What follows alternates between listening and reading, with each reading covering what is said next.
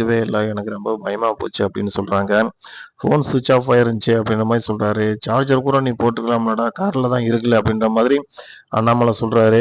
இருந்தாலும் இல்லப்பா என்னால அர்ஜென்ட்ல எதுவுமே பண்ண முடியல. வேலை ஒர்க் அப்படின்னு சொல்லிட்டு நேரா மீனாட்ட வந்து, மீனா இங்க பாரு நீ சம்பாரிச்ச பணத்த காட்டிலும் இன்னைக்கு நான் அதிகமா சம்பாரிச்சுட்டேன் அப்படின்ற மாரி சொல்லும்போது, மீனாவுக்கு புரிஞ்சு போகுது. நீங்க ரொம்ப தப்பா என்னைய புரிஞ்சுக்கிட்டீங்க. நான் நேத்து உங்கட்ட எதார்த்தமா தானே பேசினேன். நீ அது கூட பேசுனது தப்பா அப்படின்னு சொல்றாங்க. இந்த காலத்துல வந்து பொண்டாட்டி அதிகமா சம்பாரிச்சாவே புருஷன்மார்களுக்கு வந்து பிடிக்காது போல இருக்கு. அது உண்மையாயிருச்சுல அப்படின்ற மாரி சொல்றாங்க. மீனா மத்தவங்க மாதிரி நீ என்ன நினைக்காத. நான் அப்ப எதுவுமே நினைக்கல. ஆனா நீ சொல்லும்போது எனக்கு மனசுல ஒரு சின்ன கில்ட்டிவா இருந்துச்சு. அதனால தான் நான் வந்து இன்னைக்கு போய் சம்பாரிச்சேன் அப்படின்ற மாரி சொல்றாப்புல.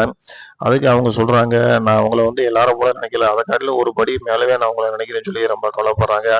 அத புரிஞ்சுகிட்டு முத்து என்ன பண்றாருன்னா, சரி எதுவும் நினைக்காத அப்படின்றாரு. நீங்க சாப்பிட்டீங்களாங்கும்போது சாப்பிட்டு வந்துட்டேன் அப்படிங்கிறாரு. நீங்க சாப்பிட்டு வந்துட்டீங்க. ஆனா உங்கள காணோம்னு சொல்லி நான் இப்ப வரைக்கும் சாப்பிடல அப்படின்னு சொல்றாங்க. உடனே கிச்சன்ல போய் சாப்பாடு எடுத்துட்டு வந்து மீனாவுக்கு ஊட்டி விடுறாரு. ஃப்ரெண்ட்ஸ் பாருங்க, இந்த நடந்த சம்பவத்துல முத்து மேல தப்பா, மீனா மேல தப்பா அப்படிங்கிறத கமெண்ட்ஸ்ல உங்க கருத்துக்களை நீங்க பதிவு பண்ணுங்க. ஒரு பக்கம் ரோஹிணி வந்து மனோஜை கூட்டிட்டு கோயிலுக்கு போறாங்க லேண்ட முடிக்கிறதுக்கு. போற இடத்துல வந்து குடம் வந்து தவறி நேரம் உடைஞ்சு கீழ விழுந்துருது.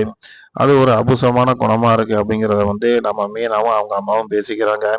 இதுல இருந்து அவங்க தப்பிச்சாங்களா இல்லையா அப்படிங்கிறத நம்ம தொடர்ந்து பார்க்கலாம். லைக் பண்ணுங்க, ஷேர் பண்ணுங்க, சப்ஸ்கிரைப் பண்ணுங்க. பதிவு பண்ணுங்க, லைக் பண்ணுங்க, ஷேர் பண்ணுங்க, சப்ஸ்கிரைப் பண்ணுங்க.